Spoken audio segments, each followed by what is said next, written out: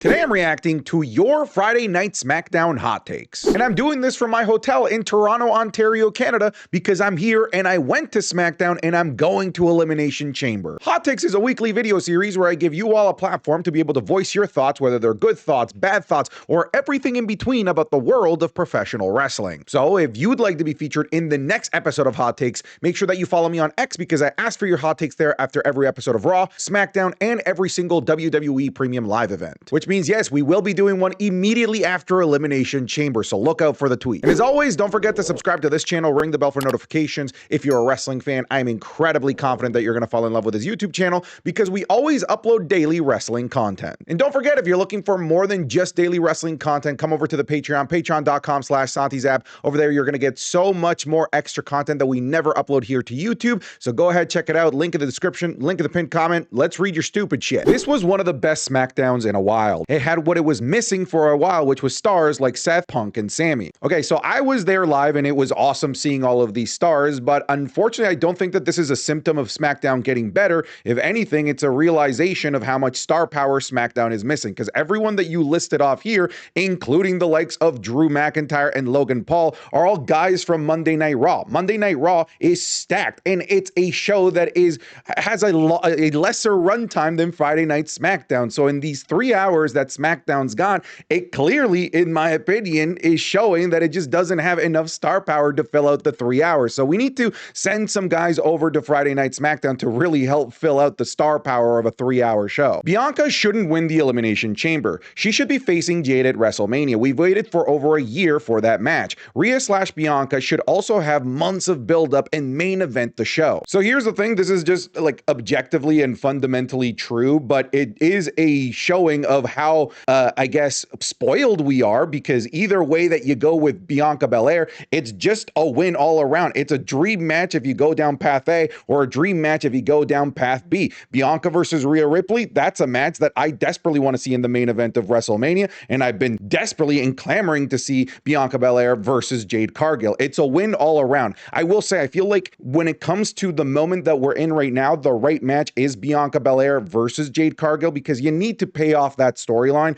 Otherwise, fans are just going to get tired of this like long-winded Triple H booking that doesn't actually find its end point at its natural conclusion, because when it comes to Bianca Belair and Jade Cargill, we've reached the natural conclusion. We need to pay this off. Unlike the Austin Theory face turn. If you know what I'm talking about, you know what I'm talking about when it comes to these long-winded Triple H storylines that don't have a payoff. I don't want Bianca and Jade to turn into one of those. Santi, the SmackDown crowd was really good. The woe was insane. I was a bit worried, not gonna lie, considering how ass the Money in the Bank crowd in Toronto and Survivor Series crowd in Victoria, BC was last year. I was pleasantly surprised. I went to the SmackDown with the purposes of making a video of watching the show from the worst seats available, and I thought that it was going to be a pretty weak show, number one, because it was the go home before Elimination Chamber, and two, a pretty weak crowd. But I was genuinely surprised as to how loud the crowd was pretty much for almost every segment, with the exception of Santos Escobar, who is just a charisma vacuum that can't make a single noise,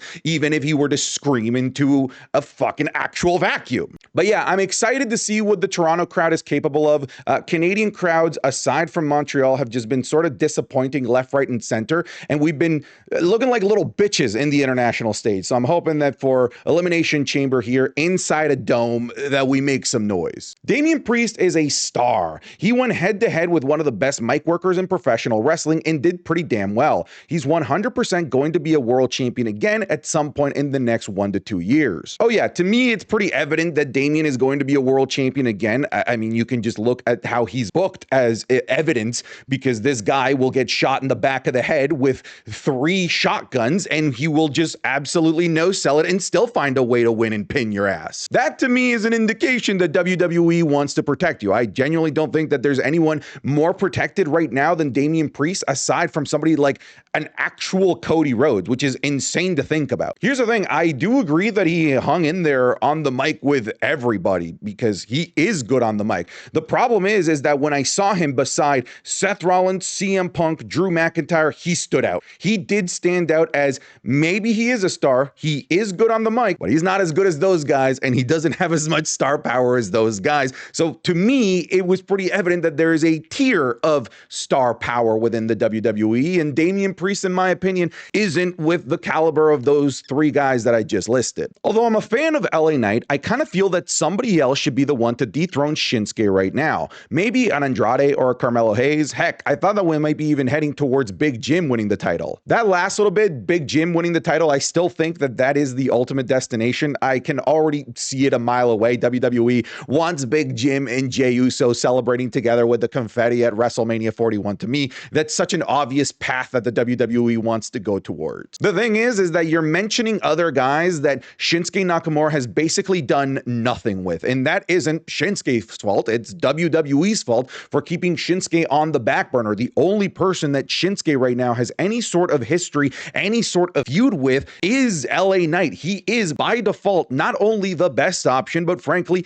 the only option. If you were to throw Andrade in there, Carmelo Hayes, we'd be looking at great matches, but then we'd just be looking at a great match for the sake of a great match, which isn't necessarily a bad thing. But when you're at this point in the year, you can't just burn good matches for the sake of good matches on title matches. You need to actually develop storylines and feuds. And sadly, the only one that exists for a Shinsuke Nakamura is LA Knight. And even this storyline, even this feud has been on ice for several months at this point. It's just been a atrocious booking of the United States Championship just in general. Logan might be athletic and might be able to pull off some great spots, but he can't hang with the top guys when it comes to promos. The segments on Monday and tonight show that he just isn't on the same level on the mic. He feels very out of place. I think it's the fact that he feels out of place that works. It's the fact that he looks like an outsider that works. Here's the thing. You're not really giving me a revelation here. To say that you don't hang on the mic with CM Punk, Seth Rollins, and Drew McIntyre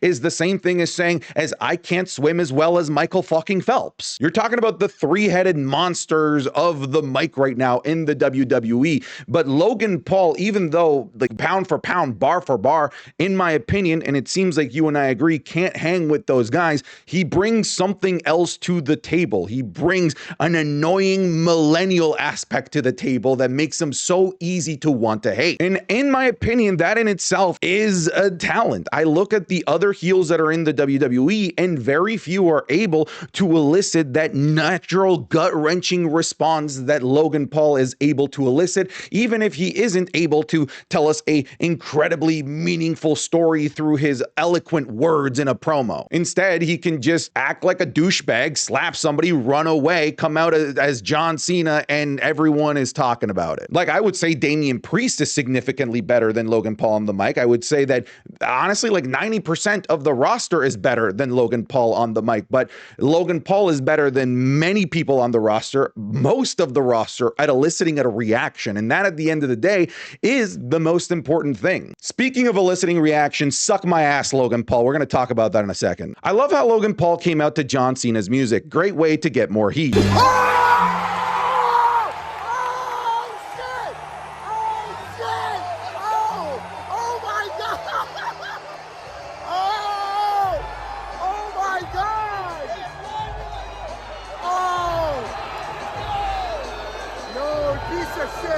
You piece of shit! Logan Paul, you piece of shit! You piece. So that was my reaction in the actual arena. I haven't seen John Cena live since 2006. 2006. We are coming up on 20 years since I've gotten to hear that music live and see my hero John Cena. And for it to be freaking Logan Paul, one, well played. But two, as I already stated earlier, suck my ass. It was great heel heat. I will say it's cheap heel heat. Anybody would have gotten that insane reaction had they done the same thing that Logan Paul did. So I don't think it's this like, wow, look at Logan Paul, one of the greatest heels that professional wrestling has right now. That was taking candy from a baby, and it worked. I also now have Jake Paul in my replies calling me a femboy in 2025. What about me screams femboy? I'm the hairiest wrestling content creator that there is. I also like Jake Paul. It's everyday, bro, with the Disney Channel flow, 5 mil on YouTube in 6 months, never done before, past all the competition, man. PewDiePie is next. I know the lyrics to your song, bro. I bought everything that you made like a god church. I'm just kidding. I've never bought anything that you've ever made, and I never fucking will. But I like your song from like 2015 or whatever it is that was. Rhea basically not showing interest in her WrestleMania opponent, whoever it will be, is kind of concerning. What's up with her booking? Well, she's kind of in handcuffs right now. She can't focus on the winner of Elimination Chamber when we aren't supposed to know who the winner of the Elimination Chamber is facing in the first place, because she's got the match with Io Sky. So if you've got Rhea Ripley out there cutting promos with the women from the Elimination Chamber, you might as well just be telling the world that Io Sky doesn't have a chance when the world already knows that. Listen, I'm still hopeful that we can add Io Sky into a triple threat environment. It's very much up in the air. I think there is a possibility that that does happen. But again, if you have Rhea Ripley getting involved in this sort of like narrative with the women of the Elimination Chamber, you might as well throw any idea that Io Sky has a chance to even be added to the WrestleMania match out the window. Having Cody stand there and just act surprised for the last 2 weeks has been a waste of one of the best talkers in the company. Well, how would you act if a 6'4", 260-pound Samoan dude who is your boss is talking to you like he wants to fuck you? I think I'd be pretty shocked and just bewildered too. Logan Paul is the best heel in wrestling. I disagree. I think that he gets the most natural heel reaction, but I don't necessarily think that he's the best at it. I feel like he gets better and better and better every single week. But I look, again, the whole coming out to John Cena's theme, anybody could have pulled that off. I think that there are much better heels in the company. I think Drew McIntyre is light years ahead of Logan Paul, but I don't want to take anything away from Logan Paul. I just want to temper down this conversation that he is somehow the best heel in professional wrestling. I personally disagree, and this is somebody that constantly gets accused for glazing up Logan Paul too much. I don't know what's worse, the truck that Dwayne was trying to gift Cody or the date of his father's death stitched into the weight belt Dwayne has. You know what? If I'm in the verge of like maybe trying to sell my soul, you know, trying to become the corporate champion, you know what would immediately turn me off from that? Seeing the dude that wants to buy my soul strutting around with a belt with the date my dad died. By the way, I thought that was the day that Stardust was created. I forgot that that's when Dusty passed away. The truck is also goofy as fuck. Like, I think it's cool to get a Raptor truck, but to get a Raptor truck wrapped in your logos is like the most obnoxious thing ever. Look, when I was thinking of The Rock being able to give Cody the world, I really wasn't thinking about materialistic things. So when I saw the truck rolling out there, when I saw the belt, that didn't win me over. That didn't make me at all believe that Cody might actually sway to the dark side and join the final boss. If anything, it kind of just made me laugh. It would have been fucking hilarious if he gifted him a PlayStation 5 and a copy of WWE 2K25. That would have been at least some interesting marketing. I would have loved to see a little bit more of what Cody is able to achieve and what the future of Cody could hold if he were to accept the offer from the final boss. We saw a little bit of it with what looked like J&J security escorting Cody Rhodes to his own private locker room, as if Cody Rhodes didn't probably already have one, considering he travels in a giant bus. This bit at the end with Cody and The Rock still made no sense. Why make Cody a belt with Cody's soul and Dusty's death date on it? That's what I'm saying. That is the worst gift that you could give somebody. That doesn't win anybody over. I will say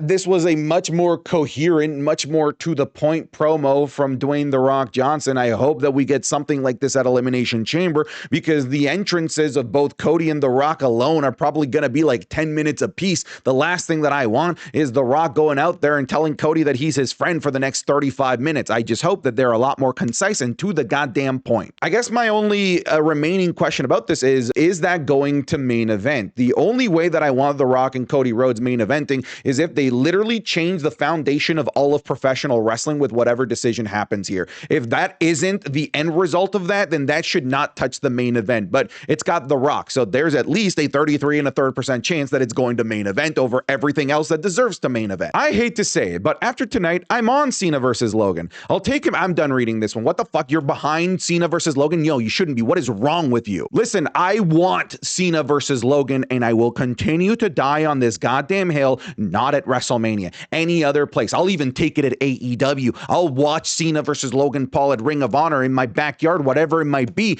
just not at WrestleMania. But why not at WrestleMania? What's the big deal? It matters. It just does. This is the GOAT's last WrestleMania ever, and when I look at the history books, I just don't want it to be against Logan Paul. Again, I love Logan Paul. I just don't want it to be Cena's last opponent at WrestleMania. That's all I ask. The way that Melo won his qualifier match tonight was gold. I think they're starting to figure him out. I feel like little by little, step by step, these little wins over Tozawa and R-Truth is helping Triple H understand how to best use Carmelo Hayes. And I feel like he figured it out in that match against Braun Strowman. Carmelo Hayes, we already know, is a great, fantastic worker. But when it comes to the main roster, they haven't found the best way to book him. And I feel like they finally did. He is the wrestler that not only is he better than you, but he's smarter than you. And he demonstrated that against Braun Strowman. And I hope that we see more of this from Carmelo Hayes. Santos Escobar is the quote Chad Gable of SmackDown, someone who is talented in the ring and on the mic, yet for some reason never gets a solid chance at a title run. Well, I know the reason. The man is a charisma void. My wallet would get a bigger pop than Santos Escobar in front of that sold out crowd on Friday Night SmackDown. I witnessed it for the first time. I witnessed a negative pop when he came out. I felt the air and the sound and the life being sucked out of the room when his music hit. That's honestly a talent. The promo that Trish Stratus cut tonight was awesome, and it made me get invested into the match tomorrow night. She did a good job at making me laugh while also giving me a good moment/segment with Tiffany Stratton. Tiffy time and Trishy time is growing on me. Yeah, they're growing on me as a tag team. Sure, I will say it still just feels like a glorified exhibition. It still feels like a bit of an all-star match where the end result doesn't really have much of an effect whichever way that it goes, whether they win or lose, except in this situation, there's literally no fucking chance in hell that they lose.